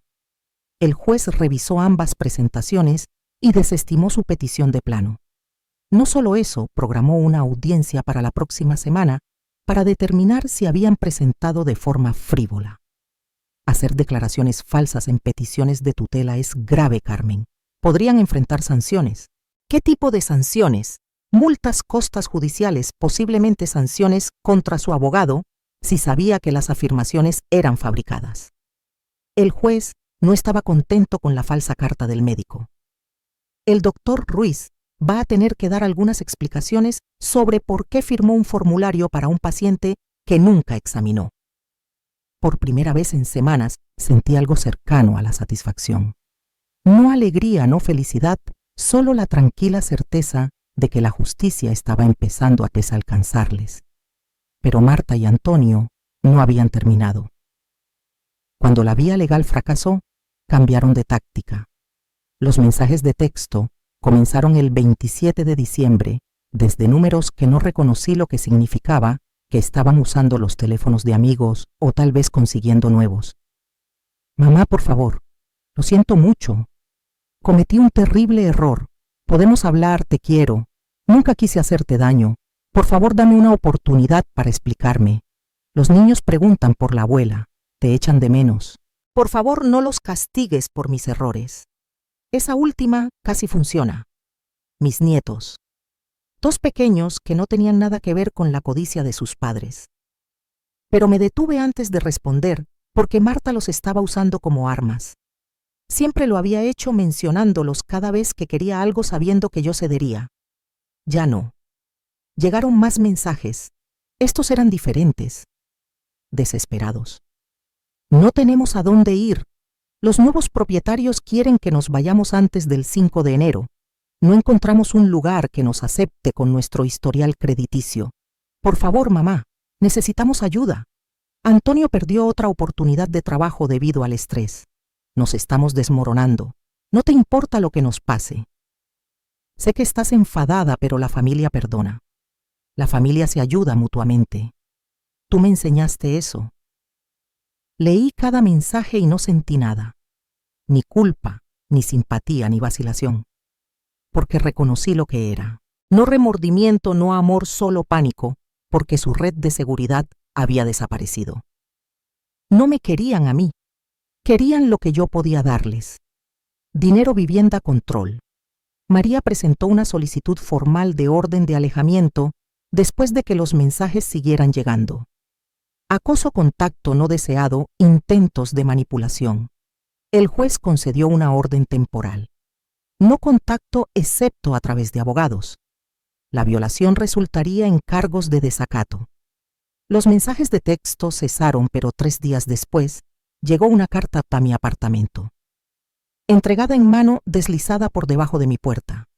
Reconocí la letra de Marta en el sobre. Casi la tiro sin abrirla, pero algo me hizo mirar. Tal vez necesitaba ver hasta dónde llegaría. Tal vez necesitaba la confirmación de que había tomado la decisión correcta. Dentro había 3 páginas por delante y por detrás. Su letra apresurada y desordenada. Me llamaba su mejor amiga, su roca, su todo. Decía que había cometido errores, pero que estaba aprendiendo y creciendo y que necesitaba a su madre ahora más que nunca. Decía que Antonio también lo sentía, que él había sido quien había presionado con la idea de la tutela y que ella simplemente lo había seguido porque tenía miedo y estaba confundida. Dijo que me perdonaba por vender la casa. Entendía que estaba molesta, pero que ahora era el momento de seguir adelante, de sanar, de volver a ser una familia. Al final había escrito: «Te quiero más que a nada. Por favor, vuelve con nosotros». La leí 2 veces, luego la rompí en pequeños pedazos y la tiré a la basura porque sabía la verdad. Ella amaba lo que yo representaba: estabilidad, dinero, un plan de respaldo. Pero no me quería a mí. La gente que te quiere no intenta destruirte. La gente que te quiere no falsifica documentos médicos y planea humillaciones públicas. El amor sin respeto es solo necesidad. Y yo había terminado con la necesidad. Esa tarde me senté a mi primera comida de verdad en mi nuevo apartamento. Nada elegante. Pechuga de pollo, verduras asadas, una pequeña ensalada, pero era mía. Cocinada en mi cocina, comida en mi mesa, en completo silencio. Nadie quejándose del condimento. Nadie mirando su teléfono en lugar de hablar. Nadie haciendo comentarios sobre mi memoria o mis decisiones o mi vida. Solo yo. El zumbido silencioso del refrigerador. El sonido distante de un televisor en la unidad de un vecino. Di un bocado y cerré los ojos. Esto era a lo que sabía la libertad. Había pasado 2 años andando con pies de plomo, moderando mi voz, haciéndome más pequeña para que Marta y Antonio pudieran sentirse más grandes. Me había disculpado por cosas que no eran culpa mía. Había dudado de cada decisión, preguntándome si tal vez tenían razón, tal vez estaba decayendo, tal vez sí necesitaba su ayuda. Pero sentada aquí ahora en mi pequeño apartamento, con mi sencilla comida y mi difícil logro, entendí algo que no había captado por completo antes. El silencio es libertad. No soledad, no aislamiento. Libertad. La libertad de vivir sin miedo, sin manipulación, sin tener que prepararse constantemente para la próxima crítica o la próxima demanda. Terminé mi comida lentamente, saboreando cada bocado. Luego, lavé mis platos, los sequé y los guardé. Mi cocina, mis platos, mi vida, y nadie podría quitarme eso nunca más. La audiencia tuvo lugar el 8 de enero. María me había advertido que no necesitaba asistir, pero yo quería estar allí. Quería verlo, el momento en que todo lo que habían planeado se desmoronaba ante un juez. La sala del tribunal era más pequeña de lo que esperaba. Paredes lisas, luces fluorescentes, bancos de madera que me recordaban a los de la iglesia. María se sentó a mi lado en una mesa. Al otro lado del pasillo, Marta y Antonio se sentaron con su abogado, un hombre de aspecto nervioso y traje mal ajustado que no dejaba de hojear papeles como si buscara algo que no estaba allí. Marta no me miraba. Miraba fijamente al frente, con las manos entrelazadas sobre la mesa, el rostro pálido. Antonio seguía mirándome de reojo con la mandíbula apretada, la ira irradiando de él como calor. Entró la jueza, una mujer de unos 60 años con ojos penetrantes y una expresión que sugería que no toleraba tonterías. «Esta es una moción para desestimar una petición de tutela», dijo mirando el expediente que tenía delante, «y una contrademanda que alega presentación frívola y abuso a personas mayores». Comencemos con los peticionarios. Abogados, sus clientes presentaron una petición de tutela de emergencia alegando que la señora Carmen Ruiz está mentalmente incapacitada y en peligro inminente. ¿Qué pruebas tiene para respaldar esta afirmación? El abogado de Marta se levantó. Señoría, mis clientes actuaron por genuina preocupación por el bienestar de la señora Ruiz. Ella ha exhibido signos de pérdida de memoria, confusión y comportamiento errático. Sentían que necesitaba protección. ¿Tiene documentación médica de esta supuesta incapacidad?, preguntó la jueza. El abogado dudó. Presentamos una carta del doctor Ruiz que afirma que la señora Ruiz muestra signos de deterioro cognitivo. He leído esa carta, dijo la jueza, su tono enfriándose. El doctor Ruiz ha presentado desde entonces una declaración jurada a este tribunal, afirmando que firmó un formulario basándose en las representaciones de su cliente, pero que en realidad nunca ha examinado a la señora Ruiz. ¿Es eso correcto? El rostro del abogado se puso rojo. Señoría, puede haber habido un malentendido sobre... Malentendido. La jueza lo interrumpió. Abogado, presentar pruebas médicas falsas en un caso de tutela no es un malentendido, es un fraude. Silencio. La jueza se volvió hacia María. Señorita Soto, he revisado su respuesta. Ha presentado una evaluación neurológica exhaustiva del doctor Gómez que demuestra que la señora Ruiz es plenamente competente. También ha proporcionado pruebas de que su cliente vendió su propia propiedad legalmente y está administrando sus asuntos de forma independiente. ¿Hay algo más que quiera añadir? María se levantó. Sí, señoría. También me gustaría presentar grabaciones de los peticionarios discutiendo su plan para fabricar la incapacidad de la señora Ruiz con el fin de obtener el control de sus bienes. Estas grabaciones demuestran claramente que no se trataba de preocupación, se trataba de robo.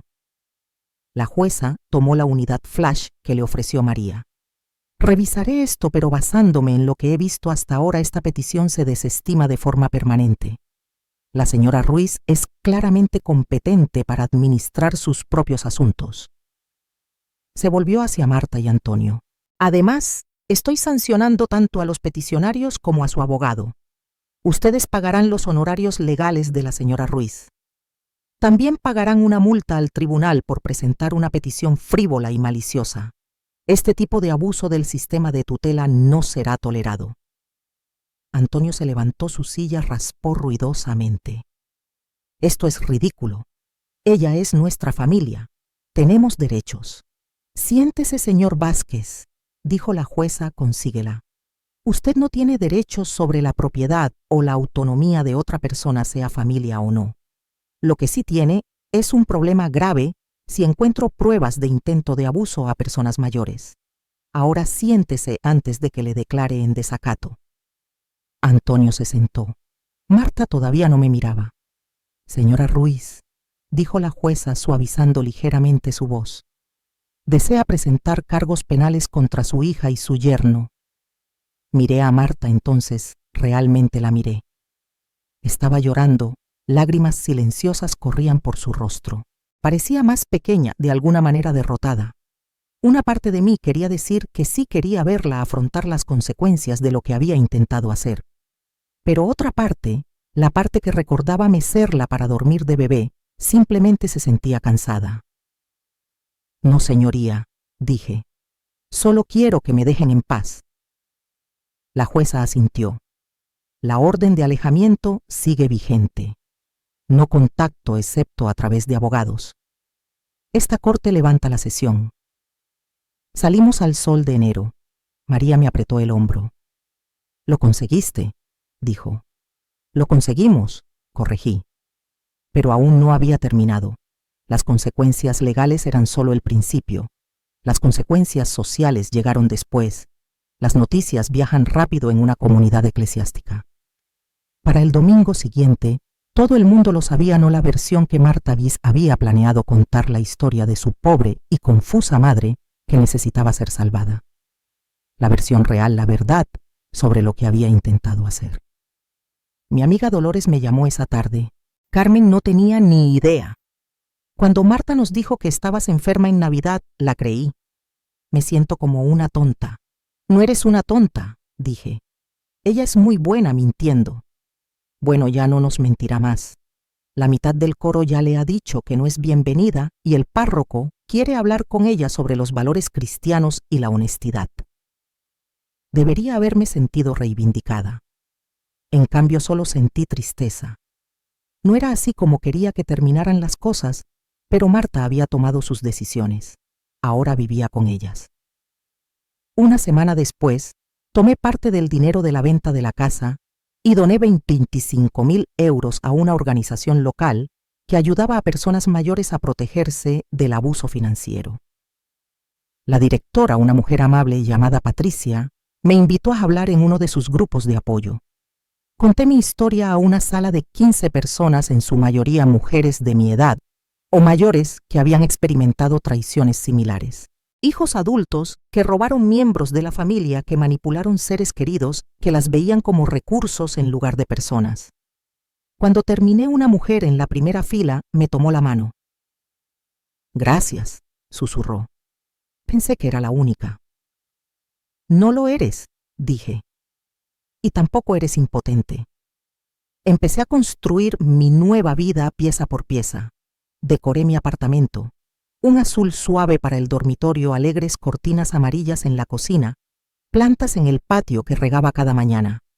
Me uní a un club de lectura en la comunidad. Nos reuníamos todos los martes por la tarde para discutir misterios y ficción histórica. Me uní a una clase de aquagym los jueves. Fui voluntaria en la biblioteca los sábados por la mañana, colocando libros en estantes y ayudando a los usuarios a encontrar lo que necesitaban. Por primera vez en años, tuve amigos que no querían nada de mí excepto mi compañía. Gente que valoraba mis pensamientos, mis opiniones, mi tiempo. Gente que me veía como una persona completa, no como un medio para un fin. En febrero llegó un último mensaje. Un número nuevo que no reconocí. Un mensaje de texto que apareció en mi pantalla mientras preparaba la cena. «Mamá, por favor, nos están desahuciando. Necesitamos 5.000 euros para el primer y último mes de alquiler en un lugar nuevo. Los niños necesitan estabilidad. Por favor, ayúdanos, te lo ruego». Miré el mensaje durante un largo momento. 5.000 euros, una fracción de lo que me habían quitado en 2 años. Una gota en el cubo comparado con lo que habían intentado robar. Pero no se trataba de la cantidad. Se trataba de lo que representaba. Una demanda más, una manipulación más, una vez más, tratándome como una cuenta bancaria con latidos. Escribí una respuesta con los dedos firmes en la pantalla. «Estoy honrando la elección que hiciste cuando intentaste destruirme. No me contactes de nuevo». Lo envié. Luego, bloqueé el número. Luego bloqueé todas las formas posibles en que pudiera contactarme. Correo electrónico, redes sociales, todo. El silencio que siguió fue completo. Esa noche me quedé en mi salón mirando la vida que había construido. Pequeño pero mío, sencillo pero seguro, tranquilo pero pacífico. Mi sillón favorito junto a la ventana. Mis libros en el estante, mis plantas creciendo en sus macetas, mi calendario en la pared, con el club de lectura del martes rodeado en rojo, el aquagym del jueves marcado en azul. Nadie para cuestionar mis decisiones, nadie para socavar mi confianza, nadie para sin hacerme sentir pequeña o tonta o estorbando. Solo yo, Carmen, de 72 años, competente, independiente, libre. Pensé en la mujer que había sido 6 semanas antes de pie en su lavadero temblando de conmoción y miedo, escuchando a su hija planear su destrucción. Esa mujer se había sentido impotente, atrapada, rota. Esta mujer de pie en su propio apartamento, en su propia vida, no sentía nada de eso. Caminé hacia la puerta de mi patio y salí al aire fresco de la tarde.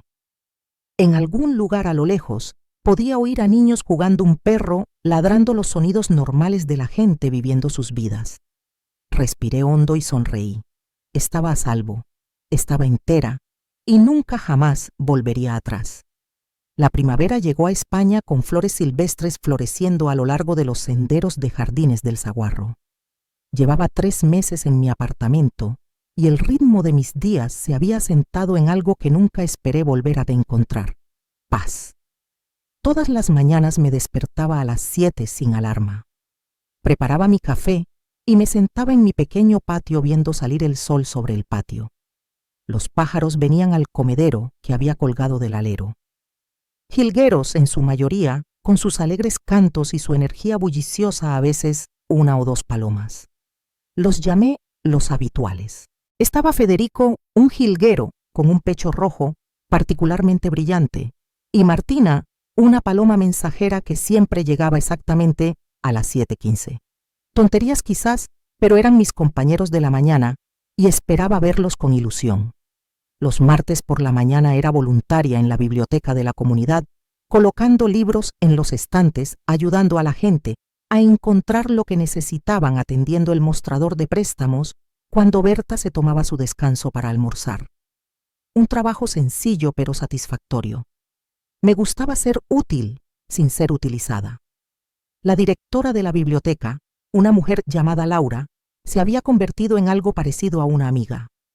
A veces me traía café y hablábamos de libros, de la vida, de nada en particular. Conversaciones fáciles sin ningún peso detrás. Los jueves eran de aquagym. Éramos 10, todas mujeres mayores de 60, moviéndonos por la piscina climatizada al ritmo de música de los 80. Margarita dirigía la clase dando instrucciones mientras reíamos, salpicábamos y nos quejábamos de las articulaciones doloridas. Después nos sentábamos en el jacuzzi y hablábamos de verdad sobre hijos adultos que nos habían decepcionado, sobre maridos que habíamos perdido, sobre vidas que no habían salido como habíamos planeado, pero que aún valían la pena vivir.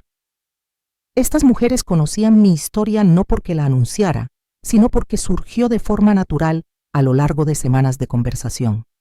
No juzgaron, no me dijeron que debería perdonar o intentarlo de nuevo, o darle a Marta otra oportunidad. Entendieron.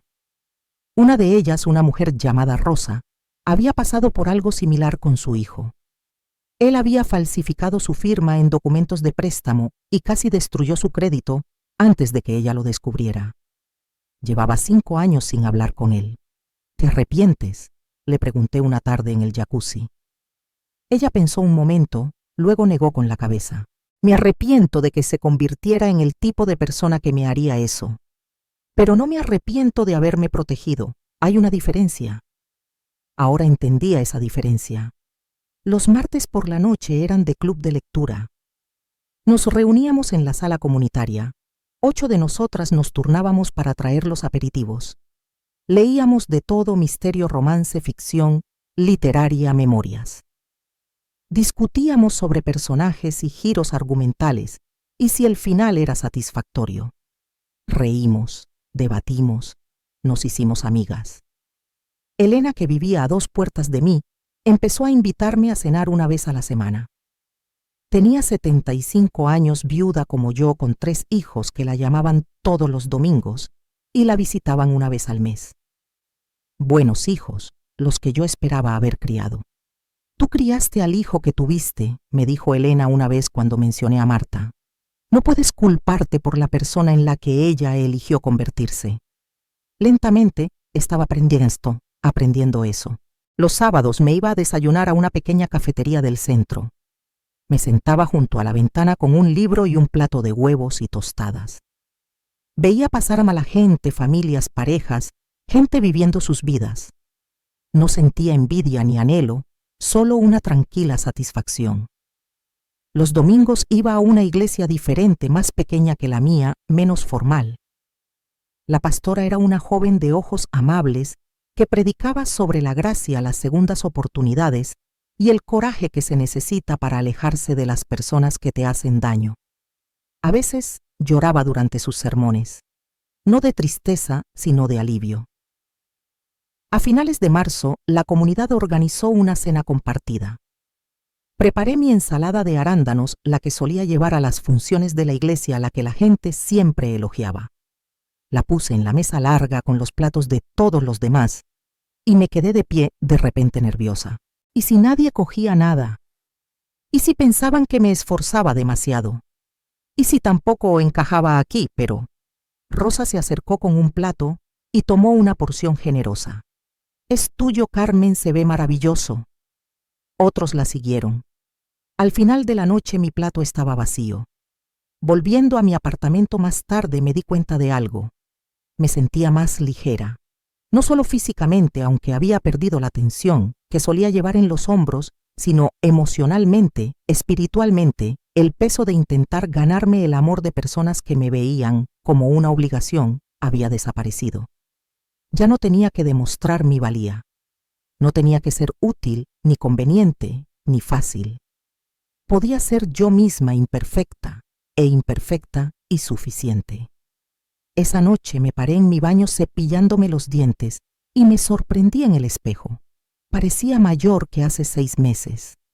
Más arrugas alrededor de los ojos, canas que había dejado de teñirme. Pero mis ojos se veían diferentes, más claros, más tranquilos. Sonreí a mi reflejo. Por primera vez en 20 años reconocí a la mujer que me miraba. Es junio ahora. 6 meses desde aquella tarde de diciembre, cuando llegué a casa temprano y escuché a mi hija planear destruirme. 6 meses desde que estuve en mi lavadero, con el corazón latiéndome y mi mundo desmoronándose, creyendo que estaba atrapada. Me siento en mi patio esta tarde, viendo el sol ponerse sobre las montañas a lo lejos. Y pienso en cuánto ha cambiado. No solo mi dirección, o mi cuenta bancaria, o mi estado legal, sino yo quién soy, lo que creo de mí misma. Durante la mayor parte de mi vida pensé que ser una buena madre significaba sacrificio. Significaba poner las necesidades de mis hijos por encima de las mías. Significaba dar hasta que no quedara nada y luego encontrar la manera de dar más. Me equivoqué. Ser una buena madre significa enseñar a tus hijos que las personas tienen valor más allá de lo que pueden proporcionar. Significa modelar límites y respeto por uno mismo. Significa mostrarles que el amor sin respeto no es amor en absoluto. Es solo necesidad disfrazada con palabras más bonitas. No le fallé a Marta al protegerme. Le fallé años antes al no enseñarle nunca que yo era una persona que merecía dignidad. Pero aprendí, y eso es lo que importa ahora. A veces la gente me pregunta si me arrepiento de lo que hice, si desearía haber intentado con más ahínco arreglar las cosas, si echo de menos a mi hija. Mi hija. La respuesta es complicada. Echo de menos a la hija que creía tener, la que me valoraba, la que me veía como algo más que un recurso para explotar. Pero esa hija, si alguna vez existió, se ha ido. La mujer que estaba en mi dormitorio planeando mi humillación no es alguien que reconozca, no es alguien en quien pueda confiar, no es alguien que quiera en mi vida. Y estoy en paz con eso. Mi nueva vida es más pequeña que la anterior. Menos gente, menos ruido, pero es mía de una manera que nada ha sido mío en años. Cada elección que hago es mía. Cada límite que pongo es respetado. Cada mañana me levanto sin miedo. Eso vale más que cualquier casa, cualquier relación, cualquier cantidad de dinero. Si estás viendo esto y te ves reflejada en mi historia, quiero que escuches esto. No eres impotente, no eres demasiado mayor, no estás demasiado confundida o demasiado débil o demasiado dependiente. Esas son mentiras que la gente te cuenta para mantenerte atrapada. Tienes derechos, tienes opciones, tienes una fuerza que aún no has aprovechado porque nadie te ha obligado a encontrarla. No esperes a que las cosas mejoren por sí solas. No lo harán. Las personas que te manipulan no se despertarán de repente y decidirán respetarte. Tienes que exigir ese respeto. Tienes que hacer valer tus límites. Tienes que protegerte incluso cuando duele, incluso cuando parece imposible. Y a todos los que me están viendo, quiero preguntarles algo. ¿Qué habrían hecho en mi lugar si hubieran escuchado a su propio hijo planear humillarlos, robarles, borrar su autonomía? ¿Cómo responderían? ¿Lucharían? ¿Perdonarían? ¿Encontrarían una tercera opción que yo nunca consideré? Dejen un comentario. Cuéntenme sus pensamientos. Compartan esta historia si les llegó al corazón. Y por favor denle a me gusta y suscríbanse porque estas conversaciones importan. Su voz importa. Mi nombre es Carmen. Tengo 72 años. 10 días antes de Navidad, escuché el plan de mi hija para destruirme. Pero la Navidad no me destruyó a mí.